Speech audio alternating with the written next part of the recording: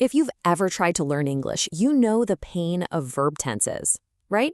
But what if all those complex charts, all those endless rules, what if they were just plain wrong?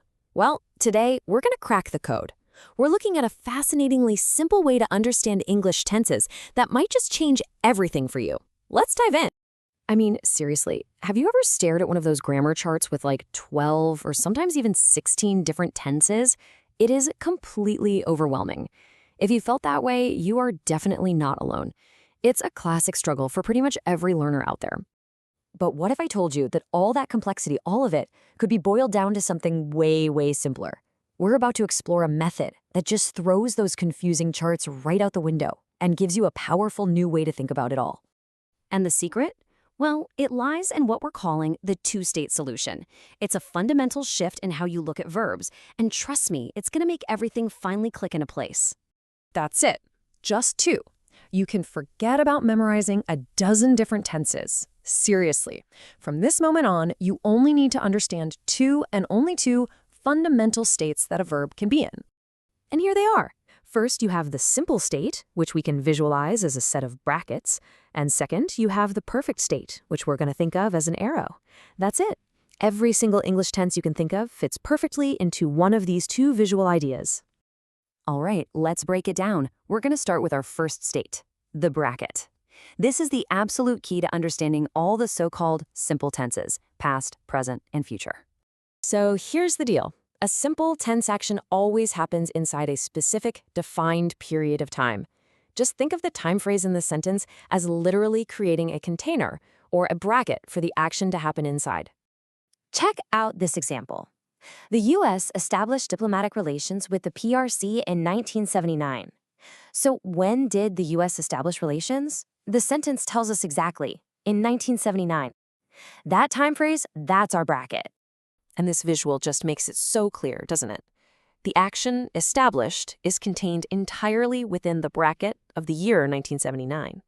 And since that bracket is in the past, we call it the past simple tense. It's as simple as that. Okay, so what about the present simple tense? A sentence like this doesn't have a specific date, but it is expressing a timeless truth, right? The action of love isn't just happening in a single moment. So the bracket for this idea is just massive. It's a concept that's always true.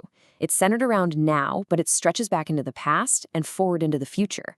And because that bracket is centered on the present, we use the present simple tense. See the logic? Okay, you got the bracket? Good. Let's move on to our second state and see how this all connects. Welcome to the arrow, which is the key to finally mastering all of the perfect tenses. Now this is the crucial difference. The bracket tells you when an action happened. The arrow is different. It doesn't care about the time frame. It only gives you a deadline, the point in time by which the action was already finished. Let's look at this. I'm sure I have seen this face somewhere. Okay, so when did I see the face? Yesterday? Last month? A decade ago? The sentence doesn't tell us.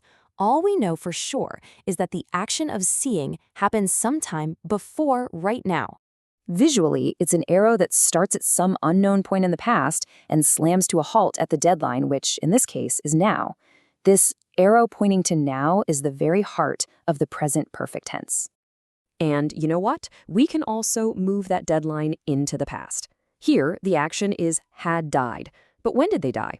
The sentence just says it happened sometime before a specific event in the past, the discovery of penicillin. And there you have it. That's a perfect picture of the past perfect tense. The arrow of action stops at a deadline that is itself in the past. It doesn't matter when the soldiers died, only that it happened before that past deadline. So now you get brackets and arrows. But you're probably thinking, what about those really complex sentences with words like being or visiting? Well, here is the final piece of the puzzle. This is the part that makes the system so incredibly powerful. The hack is to completely change what you think of as the verb. In any long verb phrase, just find the be verb, words like is, was, or have been. Get this. That is your one and only true verb. Everything else, all those words ending in ing or ed, you can just treat them as simple adjectives. So think about it. An ing word just describes a continuous action. I was visiting. simply means that inside that past time bracket, I was in a visiting state. And an ed word describes a passive state.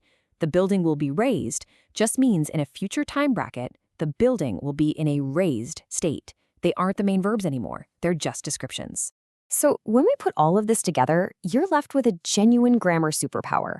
You can now look at any English sentence, no matter how complicated it looks, and analyze it without getting lost.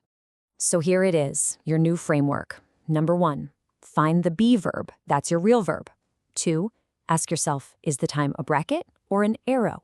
That'll tell you if it's simple or perfect. And finally, number 3, treat any ing or ed words as just adjectives that describe the subject. That's it. That's the whole system. This whole thing just goes to show that sometimes the most complicated seeming rules have a really simple, elegant logic hiding right underneath the surface. It kind of makes you wonder, doesn't it?